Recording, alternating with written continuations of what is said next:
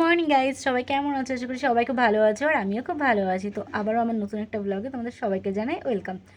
তো চলো আজকের ব্লগটা সকাল থেকে শুরু করছি। তো আজ আমি বাপের বাড়ি থেকে বাড়িতে যাব, মানে শ্বশুর বাড়িতে যাব, যেহেতু আর একদিন পরেই হোলি। তো হোলিতে হচ্ছে যাব দিদি বাড়িতে, তো জন্য আজকে বাড়ি চলে যাব। তো চলো সকাল থেকে এই বাড়িতে তো সেরকম কিছু করিনি, আমি আগে করেই বলেছি যে আমি এখন কাজ করছি না সেরকম। তো সকালে ওটা খাওয়া দাওয়া হয়ে গেছে, তো তারপরে মনে হলো যে তোমার সাথে একটু ব্লগ শেয়ার করি। তো চলো এখন আমি স্নান করতে যাবো, দেন স্নান করে এসে একটু খেয়ে দিয়ে রেস্ট নিয়ে বিকালে যখন বাড়ি যাবো তখন তোমাদের সাথে দেখা হচ্ছে। দেখতে পাচ্ছ বাড়িতে চলে এসেছি। বাড়িতে এসে জামা প্যান্টগুলো ইস্ত্রি করতে বসে গেছি, কারণ কি যেহেতু কালকে সকাল সকাল বেরোতে হবে, তো তার জন্য তাড়াতাড়ি সব কাজবাজগুলো করে রেখেছি। তো দেখো পরের দিন সকালবেলা আমরা দুজনে বেরিয়ে গেছি। তো অনেক দিনের একটা ইচ্ছে ছিল লং ড্রাইভ করবো, তো ফাইনালি সেটা আমার পূর্ণ হলো। তো চলো দেখো বর্মাশায় আর আমি বেরিয়ে গেছি। তো দিদি বাড়িতে গিয়ে কি কি করব, কোথায় যাব, পুরোটা তোমাদের সাথে শেয়ার করব। ভিডিওটা স্কিপ না করে দেখতে থাকবে, আশা করি খুব ভালো লাগবে। তো আমরা তো একটু খেয়েছি, এবার গাড়িটাকে একটু খাওয়াতে হবে, নাহলে সেও তো, তারও তো শরীর, সে আর চলবে না। তো গাড়িটাকে একটু তেল ভরে নিই, দেন আবার দেখো তেল ভরে বেরিয়ে পড়েছি আমাদের উদ্দেশ্যে। তো এবার দিদাবাড়িতে চলে এসেছি। দিদাবাড়িতে এসে একটু বসে দিদাদের সাথে একটু দেখা করে দেন চলে এসেছি দিদি বাড়ি। তো দিদি বাড়িতে এসে আর ব্লগ করিনি, রেডি হয়ে গেছি আমরা। রেডি হয়ে দেখো বেরিয়েও গেছি। এবার আমরা যাচ্ছি, কোথায় যাচ্ছি তোমাদেরকে বলেই দিই, আর বেশি ওয়েট না করিয়ে। আমরা যাচ্ছি হচ্ছে দিদিদের ওখানে শান্তিপুর গার্ডেনে। অনেকে হয়তো জানো যে শান্তিপুর গার্ডেনে দোলোৎসব খুব ভালো হয়। তো আমি এবার ফার্স্ট টাইম গেলাম।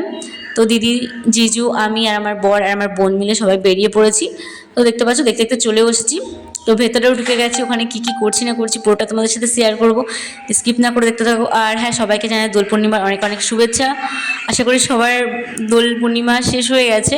আমি ব্লগটা ছাড়তে একটু লেট করে ফেলেছি, কারণ প্রচণ্ড টায়ার্ড ছিলাম। আর সত্যি কথা বলতে শরীরটা এতটাই খারাপ ছিল যে আর ব্লগটা শেয়ার করার মতো, মানে এডিট যে করবো সেই টাইমটা পাইনি আমি। তো দেখতে পাচ্ছ প্রচুর ভিড় হয়েছিল বাবা, আর তার মধ্যে কালকে এত গরম পড়েছিল যেটা তোমাদেরকে বলে বোঝাতে পারবো না। রিগুলারলি আমি এখন এখানে বসে রয়েছি, বসে বসে এডিট করছি, তাও ঘেমে গেছি। তো দেখতে পাচ্ছ আমাদের হোলি খেলা হয়ে গেছে, একটু ভিডিও শ্যুট করলাম। তো ভিডিওগুলো দেখতে হলে আমার ইনস্টাগ্রামে ফলো করতে হবে, দেন দেখতে পাবে ভিডিও। এ দেখো দিদির সাথে একটু পরিচয় করিয়ে দিলাম তোমাদেরকে, এটা হচ্ছে আমার বর, দেখতে পাচ্ছ। তো সবাই মিলে এবার একটু দোল খেলে টেলে এবার আমরা একটু বাড়ির উদ্দেশ্যে বেরোবো, যেহেতু আমরা ওখান থেকে আবার ব্যাক করবো। তো চলো ভিডিওটা কন্টিনিউ করো। হ্যাঁ, তো গাইজ দিদিবাড়িতে এসে অনেকদিন পরে, প্রায় 10 বছর পরে পুকুরে ফার্স্ট টাইম স্নান করতে যাচ্ছি। মানে ফার্স্ট টাইম বলে ভুল, 10 বছর পরে স্নান করছি। আমি পুকুর জিনিসটা খুব একটা পছন্দ করি না, ভালো লাগে না, আমার স্যুটও খাই না পুকুরের জল। তো অনেকদিন পরে যাচ্ছি আজকে পুকুরে স্নান করতে দিদিবাড়িতে।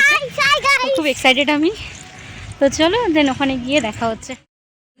তো স্নান টান করে দেখো বেরিয়ে পড়েছি আমরা, হচ্ছে আমাদের বাড়িতে আসার জন্য ব্যাক করছি। যেহেতু আমাদের এখানে মেলা হয়, ওখানে মেলা হয় না। তো দেখতে পাচ্ছ স্টেশনে চলে এসেছি আমি, দিদি আর বোন মিলে, আর আমার বর আর জিজু ওরা বাইকে যাবে। তো যখন ট্রেনে উঠে গেছি, দেখতে দেখতে উঠে একটু পেয়ারা উঠেছিল তাই খাচ্ছিলাম, দিদির মতো ফোন টিপছিল। তো চলো ভিডিওটা দেখতে থাকো। চলেও এসেছি, কাঁচরাপাড়াতে নেমেও গেছি। নেমে এবার বাড়ি যাই, বাড়িতে গিয়ে একটু মেলায় যাব। তো যাই হোক, ভিডিওটা এখানে শেষ করছি, দেখা হবে নেক্সট কোনো ভিডিওর সাথে।